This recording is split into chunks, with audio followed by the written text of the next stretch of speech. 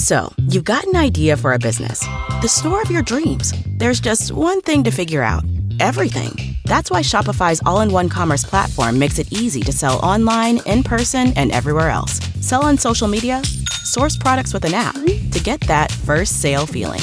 It's the only solution that gives you everything you need to sell everywhere you want. So when you're ready to bring your idea to life, power it up with Shopify. Sign up for a $1 per month trial period at shopify.com/listen.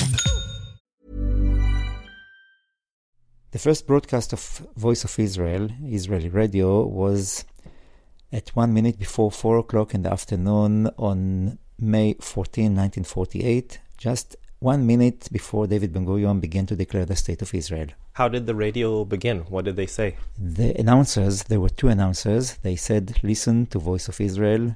האזינו לכל ישראל. האזינו לכל ישראל. And the two announcers were at the same place where the ceremony of the Declaration of State of Israel was held. This was in Museum of Tel Aviv. Easy Man, a veteran Voice of Israel broadcaster and the country's chief radio historian, is describing what would have normally been the highlight of any broadcasting career. But reality, it turns out, was a bit less glamorous. They were sitting in the toilet cabins of the museum because there was not enough place for them to sit. That's right. The live declaration of the State of Israel brought to you from the bathroom. It was a very small hall. Only the signatories of the State of Israel and the rabbi that was there and a few other people were in the main hall. From time to time during the ceremony, two journalists came from the main hall to the area of the toilet and gave them notes saying what is happening now or what will happen later, so they could say something.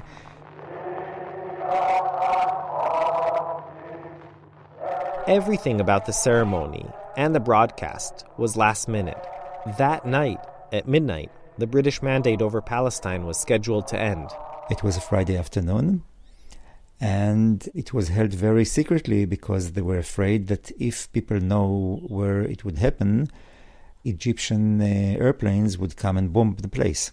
A small team of radio engineers had been working around the clock to get this live broadcast up and running. They took from the main studios of Voice of Jerusalem, the former radio station of the British mandate. Each time they took some technical equipment with them. In one case, they took it in a convoy that went from Jerusalem to Tel Aviv, and one woman pretended that she was pregnant, and under her dress she hid some pieces of equipment. And in Tel Aviv, they gathered all these pieces together to build a kind of transmitter. They finished all the installations, luckily, half an hour before.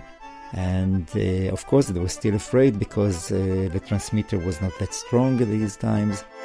So as Ben-Gurion read the declaration, לפיכך נתכנסנו, אנו חברי מועצת העם. many of the citizens of the new state couldn't actually hear him. Some people say that they heard it even in the Galilee, although the transmitter was very, very weak. תוקף זכותנו הטבעית וההיסטורית. Some people said that in Jerusalem they couldn't hear it, but still people heard about it. אנו מכריזים בזאת על הקמת מדינה יהודית בארץ ישראל. היא מדינת ישראל. I imagine it was crucial for Ben-Gurion and for the government that the citizens actually hear the Declaration of Independence on the radio. Of course, this is the meaning of the declaration. I mean, if you declare something, you want that people know about it. And in a time well before TV or the internet, the way people knew about things was from the radio.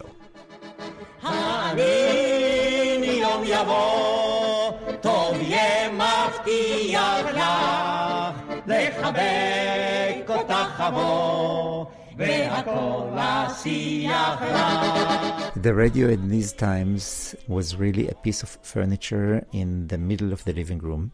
And that's how, very quickly, everyone heard the news. The rumor began to spread somehow, and of course everybody spoke about it. People were dancing.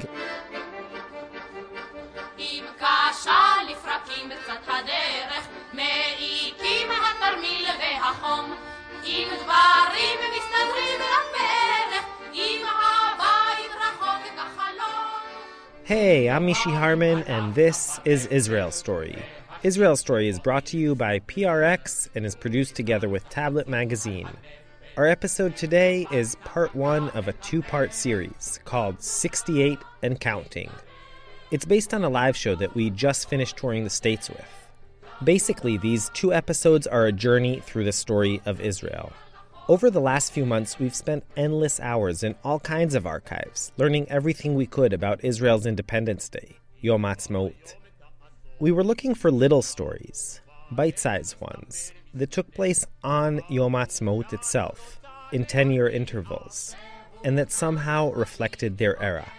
So we're going to march together in extravagant military parades, hopefully hit some fadeaway jump shots, try not to topple governments over sexy lingerie, and much, much more.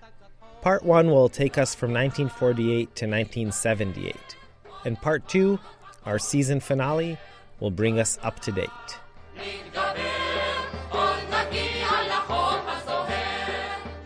All right, here we go.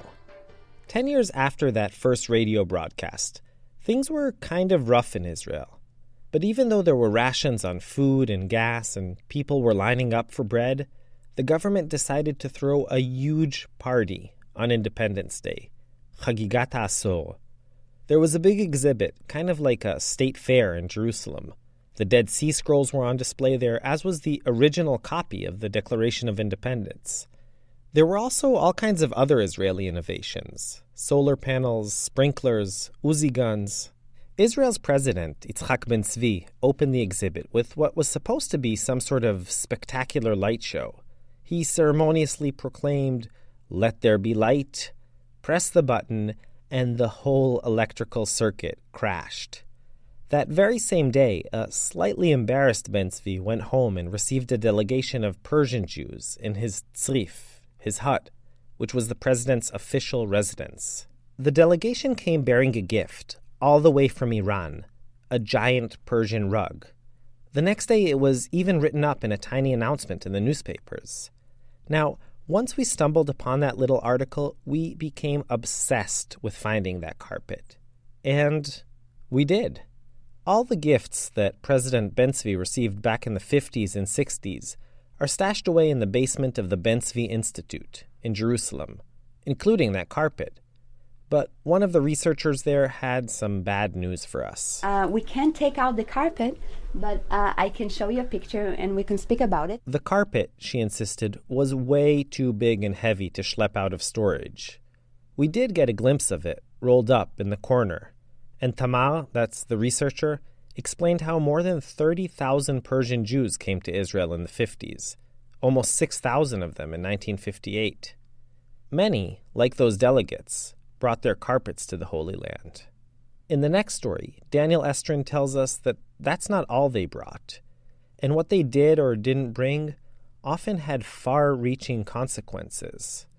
This is a story of two men, a sewing machine, a bicycle, and, of course, carpets. Esther Shkalim was one of the Olim Chadashim, the new immigrants from Iran, who came to Israel in 1958. She was 4. And the story she told us is the story of two very important men in her life. Her father and her uncle. Her father went from rags to riches. Her uncle, from riches to rags. And it was one small thing that made all the difference. Our story starts far away in Isfahan, in Iran. The family of my father was very poor. There were 13 children with father and mother in one room. Of course, all of them sleep on one carpet. And they liked it. Esther's father, Peretz, was 8 years old when he started going to work with his dad. That meant hopping on a donkey and trekking to the surrounding mountain villages to sell fabrics and women's knickknacks. A few years later, Peretz's father saved up enough money to open up a shop, Peretz worked there, and Esther says he was a ladies' man. The women liked very much to buy from him because he's very, very, very handsome man. Very, very handsome. And yes, and he could speak very, very nicely to them. And some of them also wanted to go with him, but he was very afraid. He did not take the chance. If he want, I don't know. I think so. Maybe he want. He was a young man. One of Peretz's older sisters was married to a successful tailor in Tehran, Musa. Musa made suits for the officials who worked for the Shah. I mean, he earned very good money. He had money. But in the early 50s, Musa the tailor decided to give it all up and immigrate to Israel. He packed his most prized possession, his sewing machine, and he met up with the folks from the Jewish agency. He arrived to the airplane in Tehran, and he had his sewing machine. And then they told him, you can't take it in the same plane because there are many people here and the plane will be too heavy. And so they asked him to leave it and it will come with other planes. I don't know who exactly, but the Jewish people told him. Jewish people of Jewish agency. So he handed over his sewing machine. When he landed in Israel, it was nowhere to be found. And they told him the plane was burned.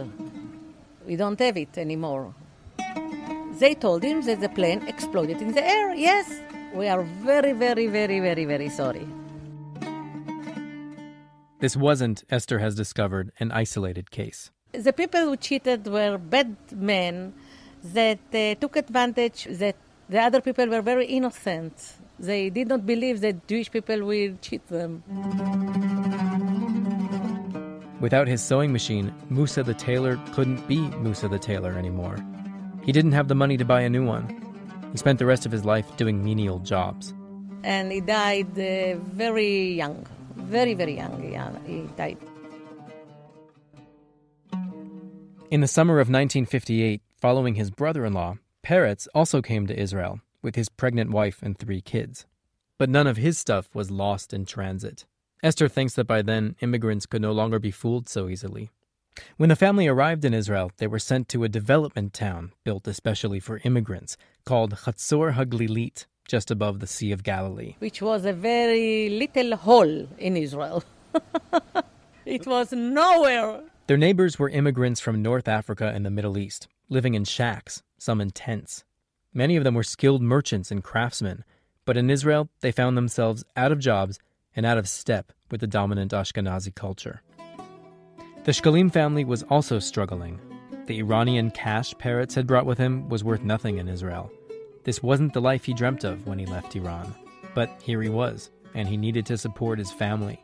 So he began selling some of the Persian carpets he had schlepped to Israel. There was one thing he brought from Iran, however, that he did not sell, and that soon proved to be a game changer: his bicycle. Peretz worked out a scheme. Every morning, he'd hire a taxi, tie his bicycle to the roof of the taxi, fill the backseat with rugs, and ask the driver to drop him off somewhere. Anywhere. Jerusalem, Beersheba, Haifa. Gedera. When he got there, he'd mount all the carpets on his bicycle and start pedaling around. He drive around Haifa and called Shatichim, carpets, and everybody come and buy. I went in the morning with the carpets, Peretz says, and in the evening, I would come back without carpets. During the day, as he was riding around more established neighborhoods, people would laugh at him. They'd call him Parsi Medune. Parsi Medune, it means, you know Persian? And this why they called him Parsi Medune. Like the people from Iraq, they called him Iraqi pajama because their suits were like pajama. And there were many nicknames. The Ashkenazi, they call Vusvus. If they talk to somebody that don't know Yiddish, they ask them, Vus, what? Everybody in Israel will call them Vus. One day, during a carpet-selling trip to Kibbutz Sde Boker in the Negev, Peretz met a very important vusvus. The white-haired vusvus in question, it was none other than Israel's first prime minister, David Ben-Gurion. He told me that Ben-Gurion asked him how it is in Israel, and my father told him that it's very difficult for the Iranian people here, but we like our country, it's a Jewish country, I like this. And he tried to sell to him a carpet, but he did not succeed. Peretz Shkalim did this every day for years. He'd wake up at 5 a.m., leave with his carpets and his bicycle, and return home at midnight. Growing up, little Esther only saw him on Shabbat. When she went to sleep at night, it was a pile of carpets she slept on. My bed was his stock. When the bed was very high, I knew that he had to get all the carpets and to sell them. And when my bed was very low, I knew that he sent all the carpets, and now he has to go and buy other carpets. 58 years later, Peretz still gets up early every day and goes to work. Except now, it's without the bicycle. He doesn't need it anymore. Today, he's known as Melech HaShtichim, the king of carpets. When people hear the Peretz Shkalim, they you are from the carpets. He's known in Israel as a carpetman. He's known as the carpetman. His store, the Peretz Shkalim International Center of Carpets, is in Gan Ha'ir, a flashy shopping center in downtown Tel Aviv. There are Turkish carpets, Afghani carpets, Persian carpets, all stacked in piles or hanging from the walls. Signs dangle from strings advertising major sales. There's this one sign near the ceiling informing customers that, quote, "This place has the best and prettiest carpets in the world!" Exclamation mark. Esther, who is a poet, thinks about her father's journey a lot. He was very little, and he worked very, very, very hard till it was really a big empire. The husband of my aunt could not bring here his sewing machine. He did not succeed here, and he died young. And Baruch Hashem, my father could bring here his bicycle, and all the world was really different for him and for all the family. It's amazing how one little thing can change one's life. טוב, אבל אני בעזרת השם אני אבוא בשבת. בסדר? Esther had to run, so she kissed her father goodbye. יאללה, כל טוב הבא. כל טוב הבא. שאלוהים ישמור אותך. A few minutes later, it was time for the daily minyan. 10 men who work in the Gan Ha'ir shopping center came to the store for afternoon prayers.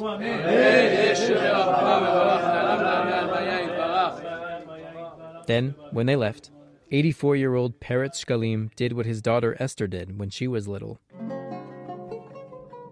He plopped himself onto a pile of carpets and fell asleep. Daniel Estrin's a Jerusalem-based print and radio journalist. He produced this story together with Maya Kosover. Okay, so a lot changed in Israel during those years that Peretz was trying to sell his carpet. Perhaps most dramatically of all, its size. The country tripled its territory during the Six-Day War in 1967. But one thing remained constant. The main event of every single one of Israel's first 20 Independence Day celebrations was a full-blown military parade. Air Force fighter jets, tanks, jeeps, missiles, infantry formations, you name it. The parade rotated among Israel's main cities, and in 1968 it came to Jerusalem, a newly unified Jerusalem.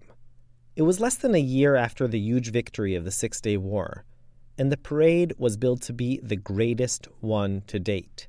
600,000 people attended, a fifth of Israel's population at the time.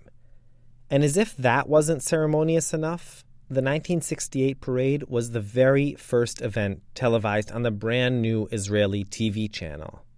Shai Satran tells us the story of that day. So, I hate to rain on the parade, but it ended up being not only the biggest parade in Israel's history, but also its last. but we'll get to that later. For now, I want to introduce you to someone. I'm Shimon Giller. Shimon was one of the thousands of soldiers who took part in that parade. He was born in 1950 in Poland. I have only good memories from Poland. But at school, the kids and the teachers, they were not anti-Semitic, but there was a difference of being a Jew among un-Jewish children. Many times I was called a bloody Jew or a dirty Jew, but it was just, between kids. Shimon's nuclear family immigrated from Poland in 1958 when he was a kid. They didn't have many other relatives. My father's and mother's families both were in the Holocaust and were almost totally eliminated. His father, a sewing machine mechanic, struggled to find a job in Israel. Our standard of living dropped down very sharply. But all in all, they were very happy with their decision, and Shimon has fond memories of his childhood in their new home in Tel Aviv. He remembers, for example, going to see the Independence Day military parade with his parents. His favorite part? The tanks were making a lot of noise. They were huge. When you are small, the tank looks like a mountain.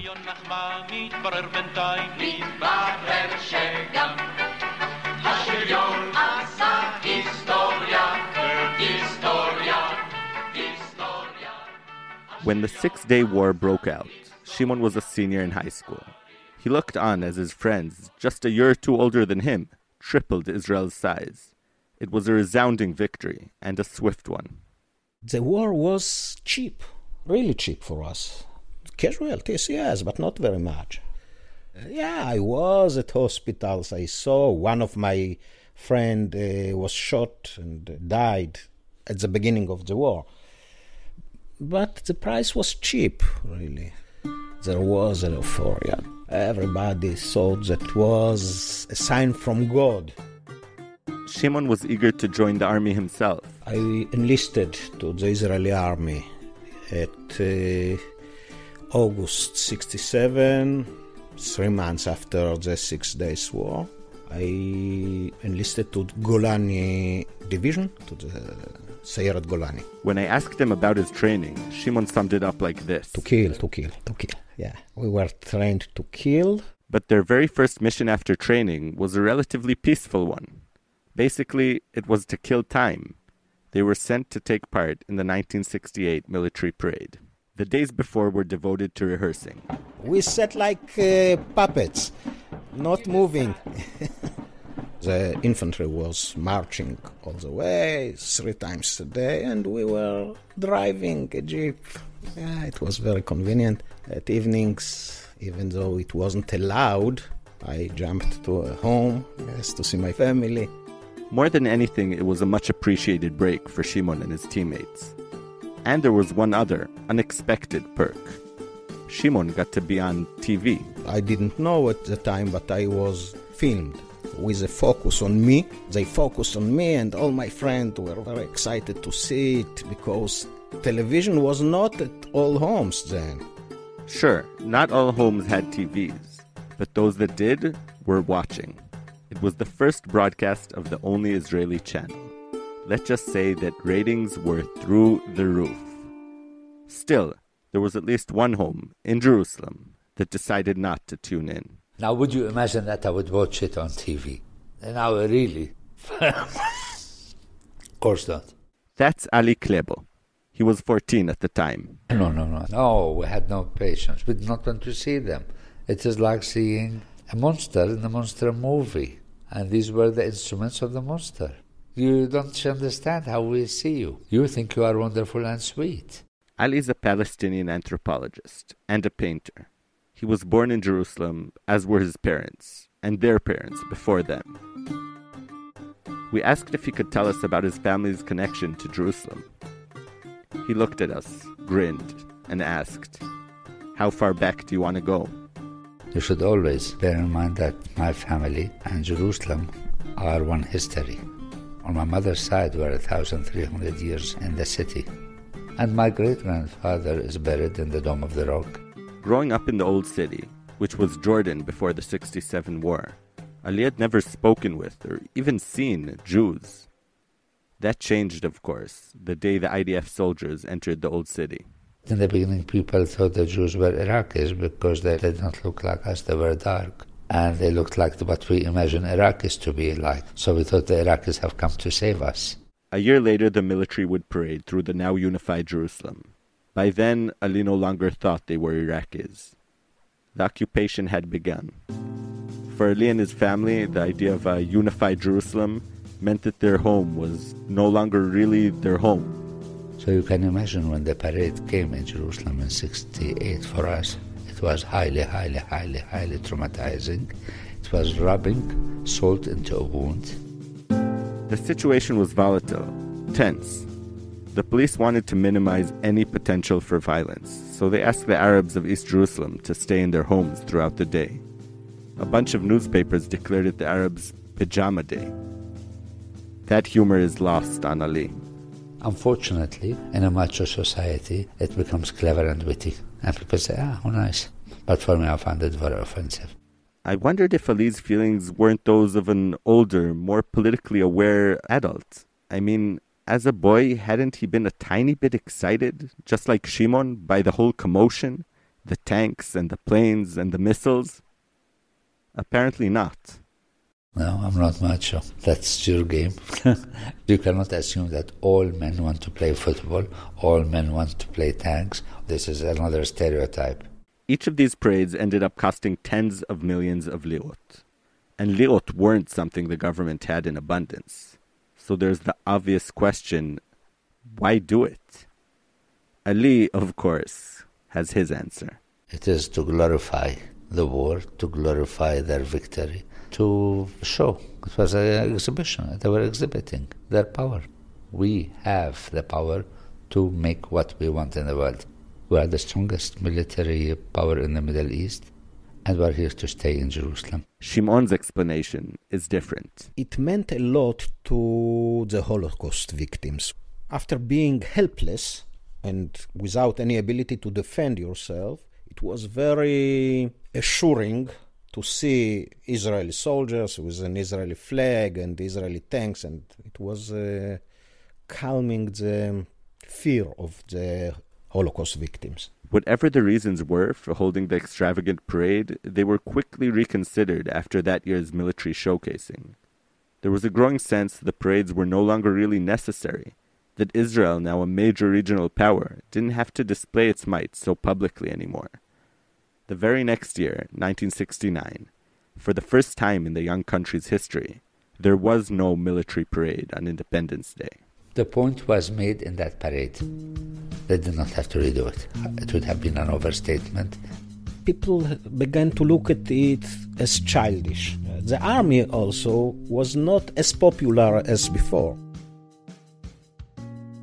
For many Israelis, Shimon is one of them. The post-6-day war euphoria was short-lived. Once it wore off, the war's legacy was a mixed one, a sobering one. We had this tremendous victory, and now what? Just 6 years later, all those shiny tanks and jets and missiles from the parade were put to different use. And many of Shimon's teammates, those guys smiling from their jeeps on TV, were killed in the Yom Kippur War.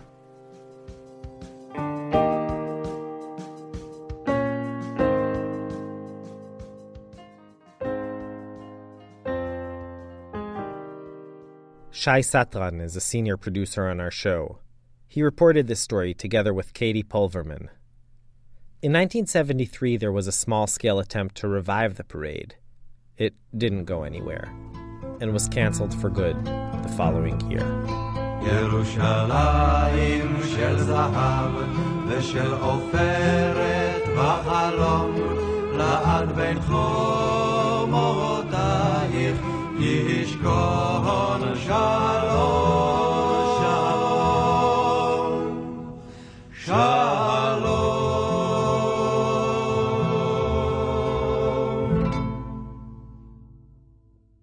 When I was about 10, my older brother Oren gave me a little plastic basketball hoop as a birthday gift.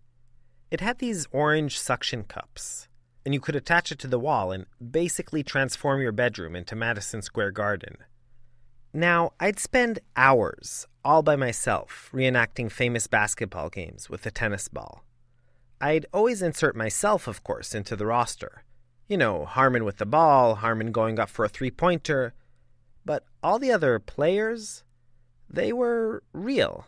There was the Magic Bird rivalry during the 1986 Celtics-Lakers NBA Finals, and there was the heartbreaking Game 7 between Patrick Ewing's Knicks and Hakeem Olajuwon's Rockets.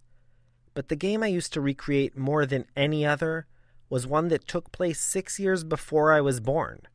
The 1977 game in which Maccabi Tel Aviv faced off against the mighty Red Army team of CSKA Moscow. This was all before the internet, and I had never actually seen any of the moves of the players I was impersonating. But still, I'd have fake Olsi Perry block shots, fake Jim Boatwright sink jumpers, fake Moti Aroesti find fake Miki Berkovic for an easy layup. And each game would end with the exact same play. Real Mishi Harmon would dribble the ball between his legs as time wound down. With 3 seconds left on the imaginary clock and the entire crowd on its feet, he'd pass the ball to the wall. Fake Tal Brody, the team captain, would catch it, turn around, and with 1 second on the shot clock, he'd release a fadeaway from downtown as he, that is, I, fell backwards on my bed. Now, I played out this scenario quite a bit, so I got pretty good at sinking that desperation shot. Tal Brody won the game for Maccabi like 90% of the time. And when that happened, I'd yell with ecstasy and throw victorious fists into the air. I'd make believe that all the other players, Lou Silver, Bob Griffin, even Coach Ralph Klein, they'd all pile up on Brody. And then Brody would shake them off, face the imaginary microphone, and deliver his most famous one-liner. We're on the map, he said, and we're staying on the map. Not just in sports, but in everything. Now, working on Israel's story, let's just say that sometimes childhood dreams come true. Hey, Tal. Hi. How are you doing? Okay. Yep, I got to meet my childhood hero. And what does any of this have to do with Yom Ha'Atzmaut? Well, on Israel's 30th Independence Day, in May 1978, there was a small article tucked away in the upper left corner of page 12 of Ma'ariv. Its headline was a quote by an American immigrant who had become the closest thing to an Israeli god. "I'm saying goodbye to the ball," Tal Brody declared, "but not to basketball." Was retiring bittersweet? Retiring was at the time that I wanted to retire. You know, you can't play basketball all your life. But that wasn't what he had thought growing up in Trenton, New Jersey. He started bouncing around the ball at the local JCC when he was 8. Later he became the star of his high school team and led them to an undefeated season before he was recruited to be the starting point guard for the University of Illinois. When he graduated college in '65, his dream was within reach. All my direction was to become an NBA ball player, and then let's say I was 12th or 13th in the draft, Baltimore Bullets. That's when Tal got an offer that changed the rest of his life. U.S. Maccabi sent me a letter to join the 7th Maccabiah Games with the U.S. team. The Maccabiah is sort of like the Jewish Olympics. Tal accepted the offer, and you probably won't be too shocked to hear that the Americans went home with the gold. Tal, however, decided to stay. Nobody could understand why I would go to Israel and give up a career in the NBA. My plans were to come to Israel for a year, not to make Aliyah, but to try to take the basketball to another level. It was 1966, the year before the Six-Day War. Israel was small, fairly poor, and that meant that there were many adjustments as far as Tal was concerned. You know, coming in from University of Illinois, 16,618 people at ball game. Private plane, the best conditions in the locker room, and coming into Israel and having to go up to Haifa, get our games rained out, or playing in a dust storm in kibbutz near David Bet Alpha, or playing outdoors in the winter. And I always say the same thing. I went to Israel to play basketball, but I stayed there because what I saw the basketball was doing for the country. Tal became a national star. When the Yom Kippur War broke out in 1973, he was abroad, playing with the Israeli national team in Spain. We were able to get back on an El Al flight to Israel, and all of us had orders waiting where to go for reserve. The shock of the war and the high number of casualties threw Israel into despair. We lost a lot of soldiers injured and killed during that period of time, and so in a small country like Israel, it affects everybody. It hit quite a few families. Up to 1977, during that historical year of basketball, actually the country was basically in mourning. But that basketball season really pulled everybody out of that mourning and put smiles back onto the people's faces when our team beat the Russian team.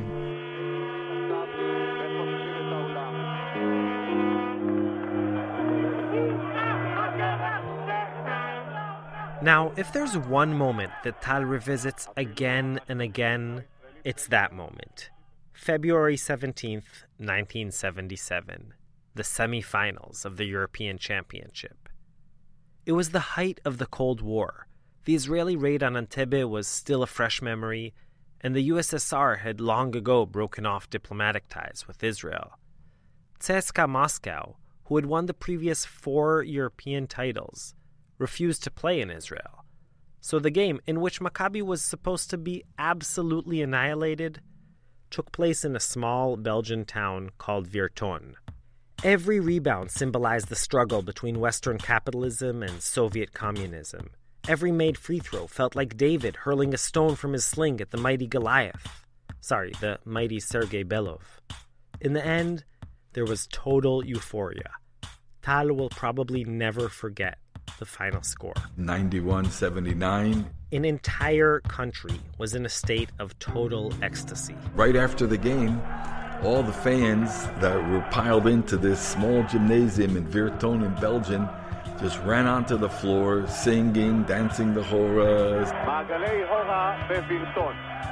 singing Am Yisrael Chai and Chavenu Shalom Aleichem, and picked us up, the players, and when they put us down, and I was going to the locker room with all this excitement on the floor, that's when Alex Gilady caught me, and it just came right out of my heart. I mean, something that you can't plan, an event like this. You can't plan an Israeli team beating the Soviet Union, at that period of time. It was like really fulfilling a dream and a miracle.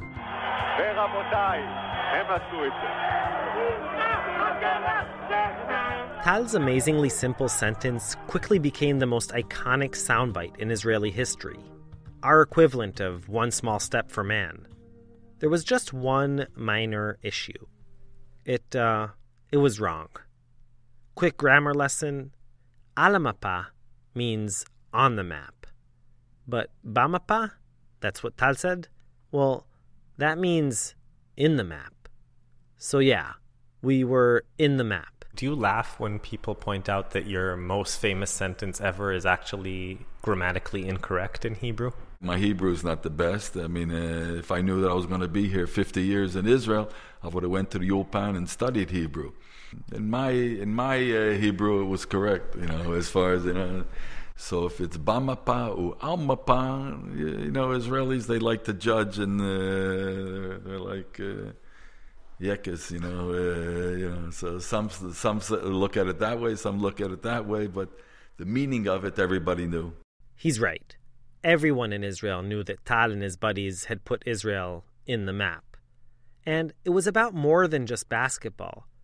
For many, it was a better late than never victory over the Cossacks who had beaten and killed their grandparents in Russia.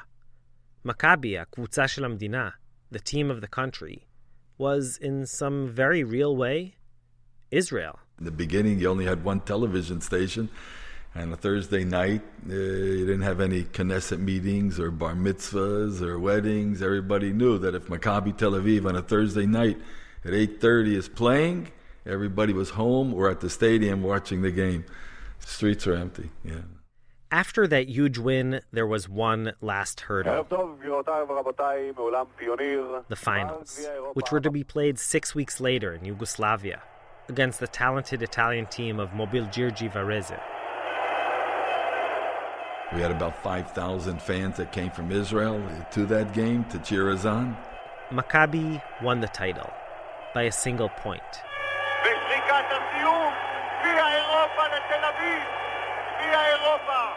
More than 200,000 people celebrated in the streets of Tel Aviv. It was a national holiday.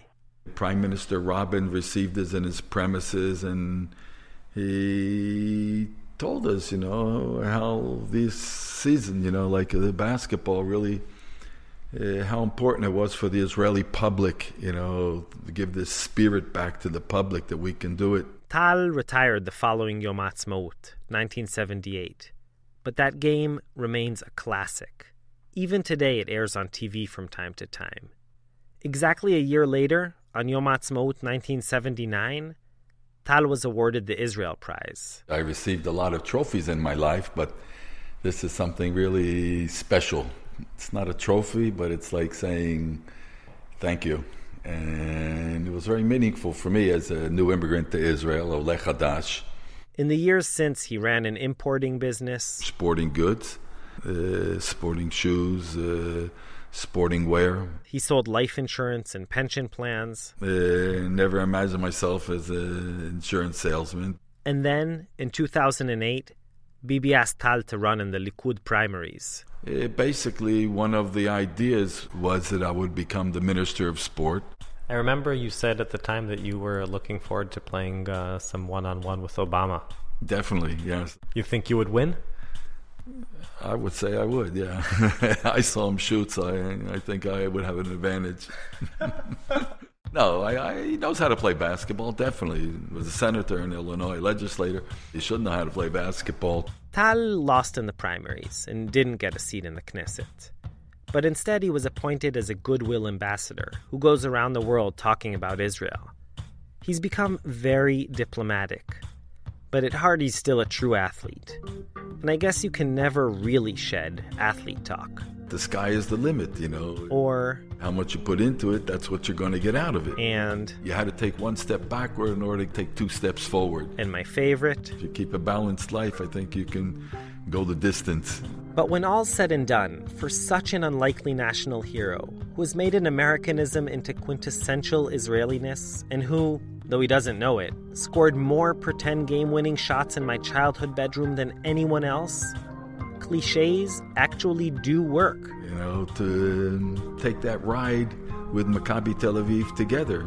It's been a beautiful journey for me.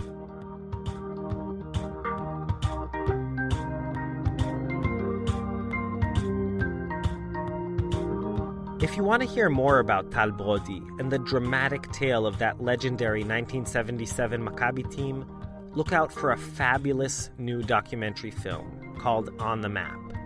It's written and directed by Danny Menken and produced by Nancy Spielberg, Roberta Grossman, and Hey Jude Productions.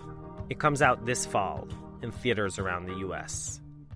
And that's our episode, part 1 of 68 and counting. Next week, in our season finale, we'll pick up our journey with Yom Ha'Atzmaut 1988. So we try to end each episode with a podcast recommendation. And today, I want to introduce you to a new show, Her Money with Jean Chatzky. It was created to empower women to live better by focusing on their finances, and it's just really, really good. The show features interviews with inspiring women from Gretchen Rubin to Ariana Huffington. It's the place to learn about earning more, saving more, investing wisely, and building the financial life you want. God knows I should implement some of the advice they give. Anyway, you can find Her Money on iTunes, Stitcher, or GeneChatsky.com. All those places, minus GeneChatsky.com that is where you can catch all of our episodes. You can also follow us on Facebook, Twitter, Instagram, all under Israel Story.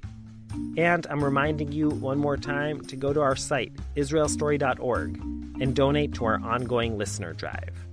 Thank you so much to all our listeners who already contributed. You make the show possible. And speaking of which, how could we possibly end an episode without my usual spiel about looking for a sponsor? Yep, that's still happening.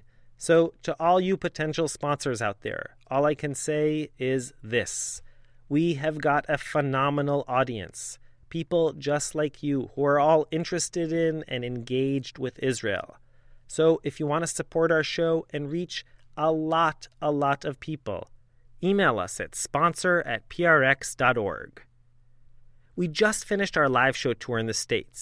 It couldn't have happened without the amazing vision of the folks at the JCC Manhattan, and especially Megan Whitman and the generous support from Faye and Hartley Koshitsky, the Charles H. Revson Foundation, Zabars, and Zabars.com. Thanks to Ronit Jacobs and Neta Shacham at the Oshman Family JCC in Palo Alto, to Liba Kornfeld and Leslie Fishman at the JCC New Orleans, and to Aideen Sachs, Dawn Bear Novikov, and Rena Fisher. Lastly, a huge thanks to our friends in Chicago, to Ann Lansky and the iCenter team, to Lori and Benji Sagarin, Rabbi Michael Weinberg, Bruce Crane, and Beth Sayer at Temple Beth Israel. And, of course, to Binny and Mark Swislow and Laura, Leon, and Bracha Finkel, who became our families, literally, during our stay in Chicago. Both the episode and the live show were created together with the one and only Adrian Mathowitz, who spent a whole Independence Day-infused month with us in Israel. Israel Story is brought to you by PRX, the Public Radio Exchange, and is produced in partnership with Tablet Magazine. Go to tabletmag.com/Israel Story to hear all our previous episodes. Our staff includes Yochai Meital, Shai Satran, Ro'i Gilron, Maya Kosover, Shoshi Shmulevitz, and Rachel Fisher. Itai Hyman, Amir Factor, and Katie Pulverman are our incredible production interns. Adam Rose is our music intern and wrote original music for this episode. Julie Subrins, our executive producer. I'm Ishi Harman, and we'll be back next time with part 2 of 68 and Counting. Till then, yalla bye, and don't forget to fill out our listener survey. שאל את הילד הקט שיצא עם אביו ברחוב לטייל, מתוק לו ולו רק בגלל אותה סוכריה על מקל.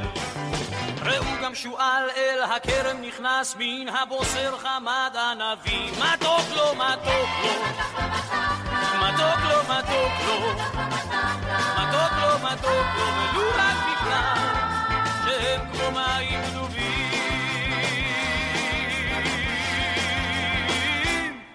מתוק, מתוק, הוא טעם החיים, אם רק יודעים כיצד לטעום, אם רק יודעים.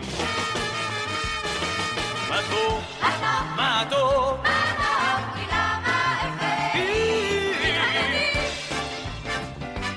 אם רק יודעים, אם רק יודעים. כי למה איך ואם טעם החיים, מתוק הוא טעם החיים, מתוק אם רק יודעים כיצד לטעום, אז בוא נתחיל עם זה היום. תשאל את אותו הדייג היושב מול הים המלוח לבד, בכל זאת מתוק לו ולו רק בגלל הדג היחיד של החד. תשאל את מוכר הפירות שבשוק שדבר לא מכר כל היום, בכל זאת מתוק לו מתוק לו מתוק לו מתוק לו מתוק לו ולו רק בגלל מנה אהבתי החדור.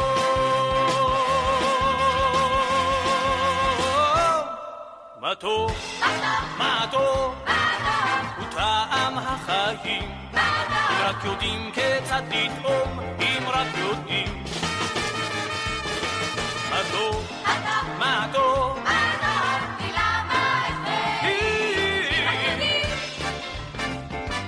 אם רק יודעים, אם רק יודעים. כי למה איך ואם טעם החיים, מתוק הוא טעם החיים, מתוק אם רק יודעים כיצד לטעום, אז בואו נתחיל עם זה היום.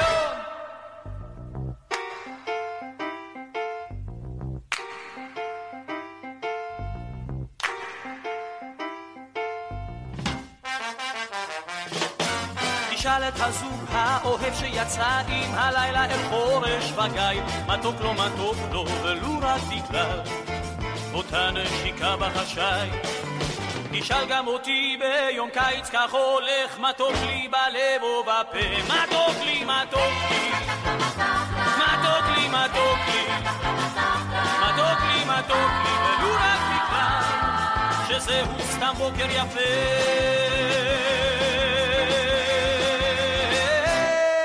מתוק, מתוק, הוא טעם החיים. אם רק יודעים כיצד לטעום, אם רק יודעים. מתוק, מתוק,